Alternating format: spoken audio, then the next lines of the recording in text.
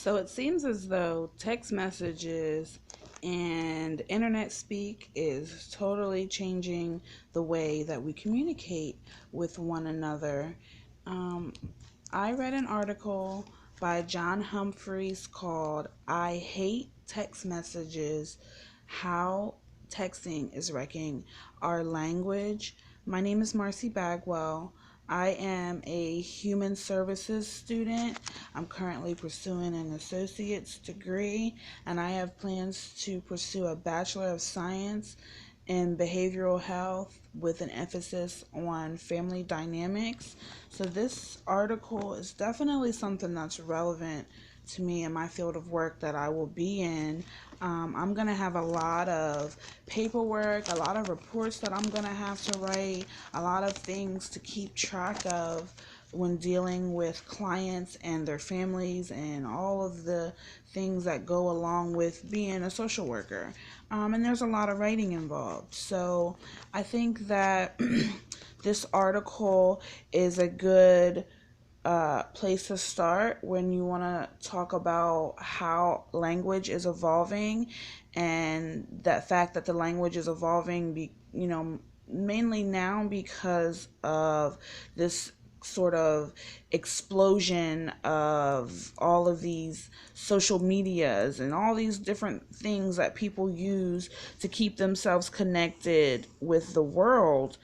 Um, so so to begin, I want to talk about the author's points that he made, and he made a lot of good points in the article. And he talked about how um, that the language that people use in text messages, because it's informal, and the language that people use when they send emails and things like that is very quick, and you want to use the fastest way and the fewest characters and the fewest things that you can use in order to get your message across. And sometimes it can be kind of confusing, for people that are not familiar with text messaging lingo, or are not familiar with social media lingo. So it could be kind of difficult to figure out what somebody's talking about if you have no idea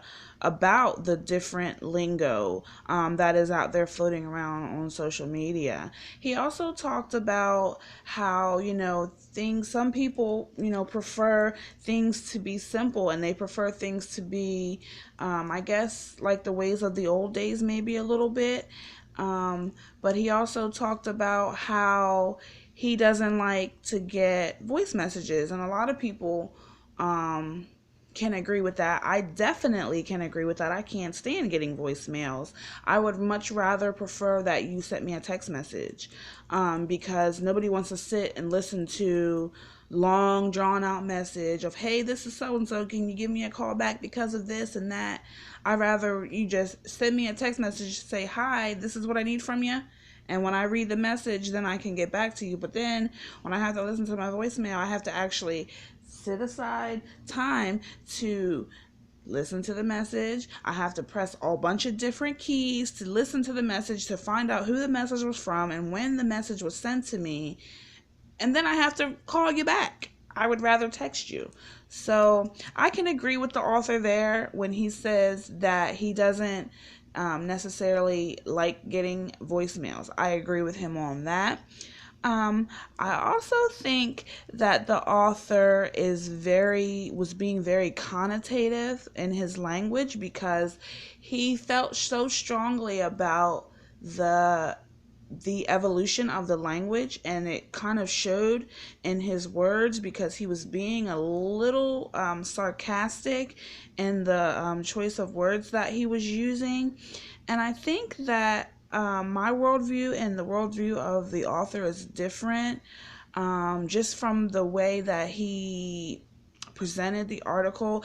To me, it seems like he may be a little bit older, and that he may not fully understand all of what's going on with text messaging and social media and Facebook and Twitter and all of those things like that, where people get on there and express themselves uniquely. And I would say that my worldview is different because I'm a little bit, I don't know how old he is, but I think that I may be a little bit younger, or that I may be a little bit more hip to the lingo.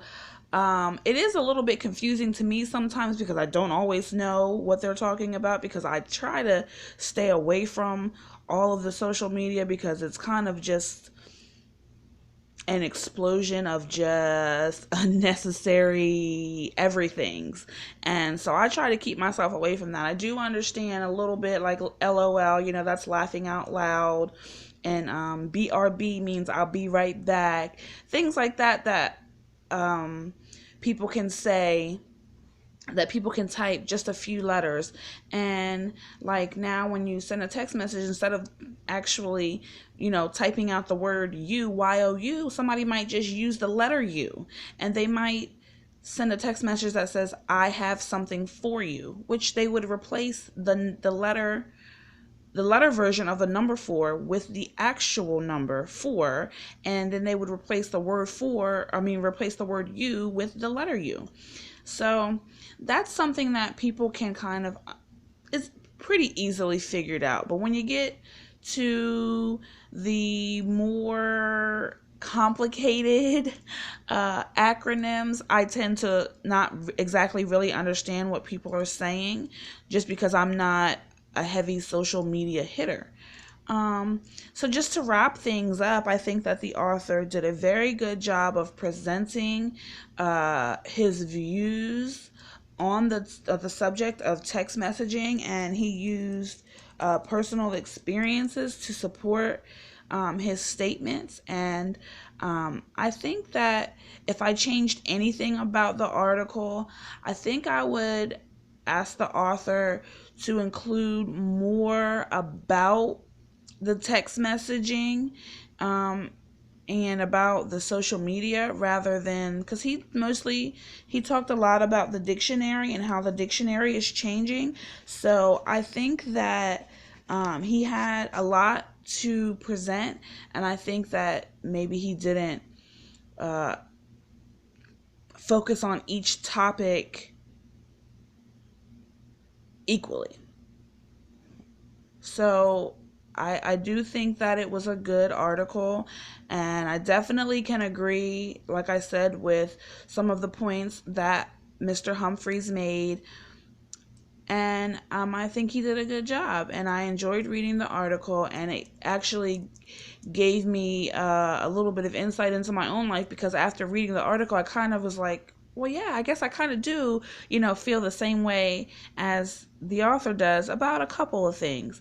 So again, John Humphreys wrote, I hate text messages, how texting is wrecking our language.